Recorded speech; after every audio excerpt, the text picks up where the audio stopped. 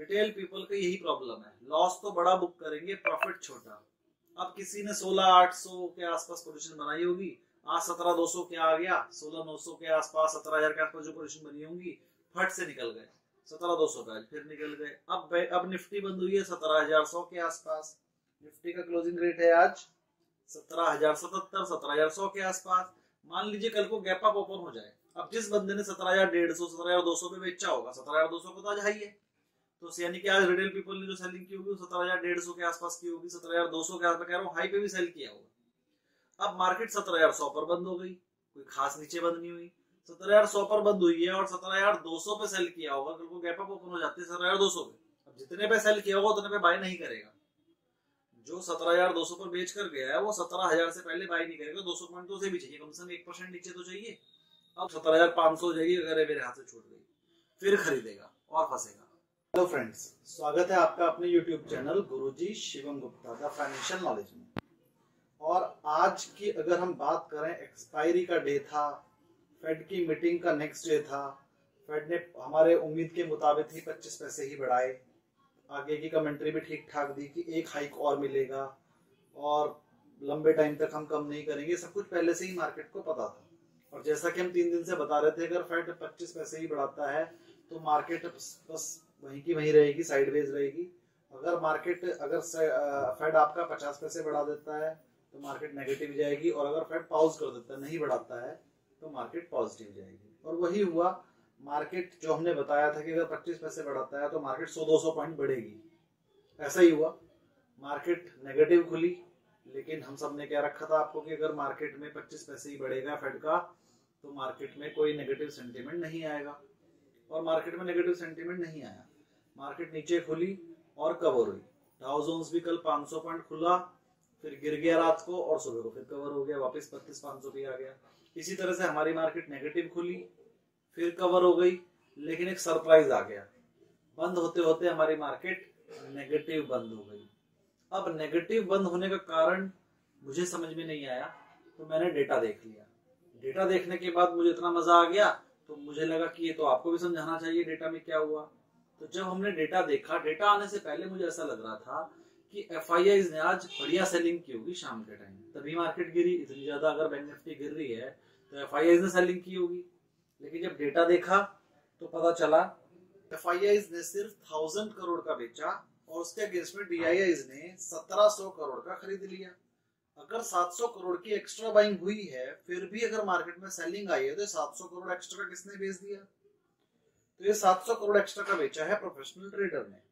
हमारी मार्केट में टोटल 3 बंदे होते हैं जो मार्केट को चलाते हैं, और चौथा बंदा होता है आप और हम लोग जो चलते हैं। चलाने वाले में पहला नंबर आता है FIIs का, दूसरा नंबर आता है DIIs का। DIIs कॉल और पुट में काम नहीं कर सकते, इसलिए हम DIIs को कहते हैं कि ये मार्केट को गिरने से बचा सकते हैं। DIIs का काम होता है मार्केट को गिरने से बचाना, लेकिन बढ़ाने का काम DIIs के हाथ में नहीं है। तीसरा होता है प्रोफेशनल ट्रेडर्स। प्रोफेशनल ट्रेडर्स मतलब हमारे जैसे, आपके जैसे, लेकिन जिनके पास कैपिटल ज्यादा है, तो उन्हें हम बोलते हैं प्रोफेशनल ट्रेडर्स। और वो बड़ी बड़ी कंपनीज भी हो सकती हैं, म्यूचुअल फंड्स नहीं आते उसके अंदर, DIIs के अंदर म्यूचुअल फंड आते हैं। तो प्रोप्राइटरीज जो होते हैं, जो अपना पैसे से काम करते हैं लेकिन कैपिटल बड़ी है, उन्हें बोलते हैं प्रोफेशनल ट्रेडर्स। और प्रोफेशनल ट्रेडर कॉल पुट में भी काम करते हैं, और FIIs का असली मुकाबला प्रोफेशनल ट्रेडर ही करते हैं। प्रोफेशनल ट्रेडर वो बंदे हैं जो DIIs FIIs का डेटा रीड करके उनके अगेंस्ट में खड़े होते हैं, और कभी वो DIIs का साथ अपने लगा लेते हैं और कभी रिटेल पीपल उनका साथ देते हैं, तो वो FIIs से लड़ पाते हैं।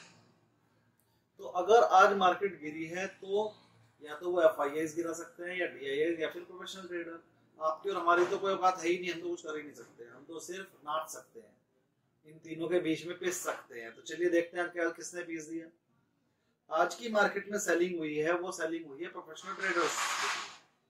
थोड़ा सा हमने जब डेटा देखा फ्यूचर का, तो हमने देखा कि FIIs की जो नेट बाइंग पोजीशन थी, जो कल तक हमने बताया था ओवरसोल्ड पोजीशन पर थी, और जो कितनी थी, सिर्फ इंडेक्स की जो लॉन्ग पोजीशन हमने आपको बताई थी वो कल तक थी 8% पे। FIIs की पोजीशन 8% पे थी, आज वो शॉर्ट कवरिंग होने की वजह से 11% आ गई। मतलब जब फेड की मीटिंग का पॉजिटिव फीडबैक आया तो FIIs ने शॉर्ट कवरिंग स्टार्ट की, 11% पे आ गई। जो कमजोर हैंड्स उन्होंने शॉर्ट कवरिंग कर ली, मार्केट बढ़ गई। लेकिन मार्केट बढ़ गई तो इतनी ज्यादा बढ़ गई, एक्सपायरी का दिन था, प्रोफेशनल ट्रेडर्स ने कॉल्स बेच रखी थी, उन्हें लॉस होना शुरू हो गया। जब इतनी ज्यादा बढ़ी तो प्रोफेशनल ट्रेडर जो थोड़ी बैठेंगे, उठाकर उन्होंने 700 करोड़ की सेलिंग कर दी। 700 करोड़ की सेलिंग की जिसे FIIs DIIs भी नहीं बचा पाए और मार्केट को धड़ाम नीचे गिरा दिया और अपने लो को भी काट दिया मार्केट ने। इसकी वजह से प्रोफेशनल ट्रेडर्स की वजह से फ्यूचर में भी उन्होंने अपनी मार्केट को गिराया। कैसे? फ्यूचर में भी उन्होंने शॉर्ट किया। प्रोफेशनल ट्रेडर की कल तक बाइंग पोजीशन थी 40%, लॉन्ग पोजीशन थी 40%, जो आज घट के 35% रह गई है। तो यानी कि प्रोफेशनल ट्रेडर ने आज शॉर्ट किया है। कल तक उनकी शॉर्ट पोजीशन थी लगभग 59,000, आज उनकी शॉर्ट पोजीशन है 72,000, लगभग 13,000 क्वांटिटी निफ्टी, बैंक निफ्टी में उन्होंने शॉर्ट की है आज प्रोफेशनल ट्रेडर ने, फ्यूचर में भी और कैश में भी सेल कर दिया। और अगर कॉल पुट की बात करें तो कॉल पुट में भी प्रोफेशनल ट्रेडर ने आज यही काम किया। कॉल पुट का भी आपको बता देते हैं इंडेक्स में। ऑप्शन इंडेक्स की अगर हम बात करें तो कल तक वो लोग 92% PCR रेशो था उनका, आज वो घट के 0.79 हो गया है, मतलब उन्होंने सेलिंग की है। और ऐसे ही जो हमारे FIIs थे उनका रेशो कल तक 82 था और वह 65 रह गया है। एक्सपायरी के दिन PCR रेशो की इतनी अहमियत नहीं रहती है, तो हम PCR रेशो पे ज्यादा डिस्कस ना भी करें तो, लेकिन अगर देखा जाए तो लॉन्ग पोजीशन से तो उसकी तो अहमियत है, क्योंकि ये मंथली एक्सपायरी नहीं है, लॉन्ग पोजीशन की अहमियत तो पूरी है। तो उसके हिसाब से देखा जाए तो FIIs ने शॉर्ट कवर किए हैं, लेकिन प्रोफेशनल ट्रेडर्स ने शॉर्ट ज्यादा बना दिए, जिसकी वजह से मार्केट गिर गई। कैश में भी प्रोफेशनल ट्रेडर ने ज्यादा बेच दिया, जिसकी वजह से मार्केट शॉर्ट हुई है। लेकिन अगर हम एक बार बात करें अपने आपकी और हमारी क्लाइंट की, तो हमारी लॉन्ग पोजीशन कल तक 62% थी, आज 61% है। थोड़ा बहुत तो हमने भी बेचा है। कितना बेचा है अगर उसकी बात करें, प्रोफेशनल ट्रेडर ने तो बेचा था 12,000 क्वांटिटी। हम लोगों की अगर हम बात करें तो हमारी कल तक की पोजीशन थी 2,51,000 शॉर्ट की, आज हो गई है 2,60,000। तो अगर 12,000 प्रोफेशनल ट्रेडर ने बेचा है तो 9,000 तो आप और हमने भी बेचा है। तो अब ये वाली सेलिंग पैनिक सेलिंग थी या प्रॉफिट बुकिंग थी, ये तो समझ में नहीं आ रहा है। लेकिन रिटेल पीपल का यही प्रॉब्लम है, लॉस तो बड़ा बुक करेंगे, प्रॉफिट छोटा।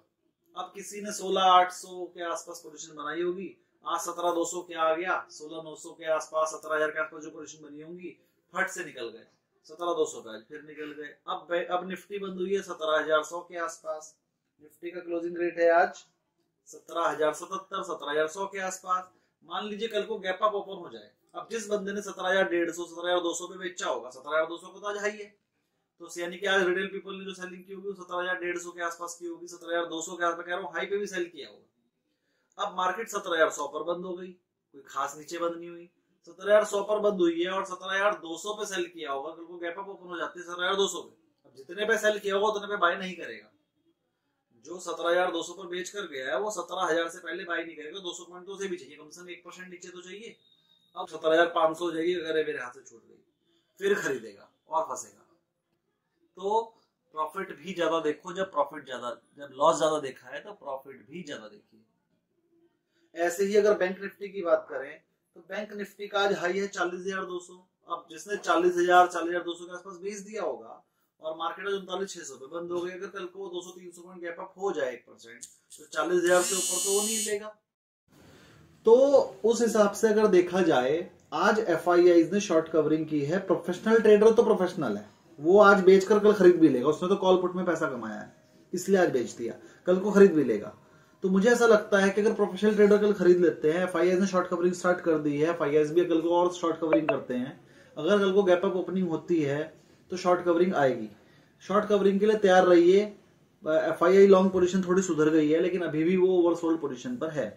तो FIIs प्रोफेशनल ट्रेडर अगर सही करते हैं काम कल को और गैप अप ओपनिंग होती है, डाउ हमारा साथ दे दे, तो नेगेटिव न्यूज मार्केट में नहीं है। फेड की पॉलिसी भी बढ़िया रही है, आगे का भी सब बढ़िया ही रहेगा। मार्केट के PE भी घट गए हैं, मार्केट भी इस टाइम अपने सपोर्ट लेवल पे है, तो शॉर्ट कवरिंग आ सकती है। अगर आपने एवरेजिंग करनी है तो यहाँ पर कीजिए, अगर आपने और पैसा इन्वेस्ट करना है तो यहाँ कीजिए, अगर आपके पास पैसा है स्पेयर में तो यहाँ पर आप बाइंग कर सकते हैं, यहाँ से मार्केट को चलना चाहिए।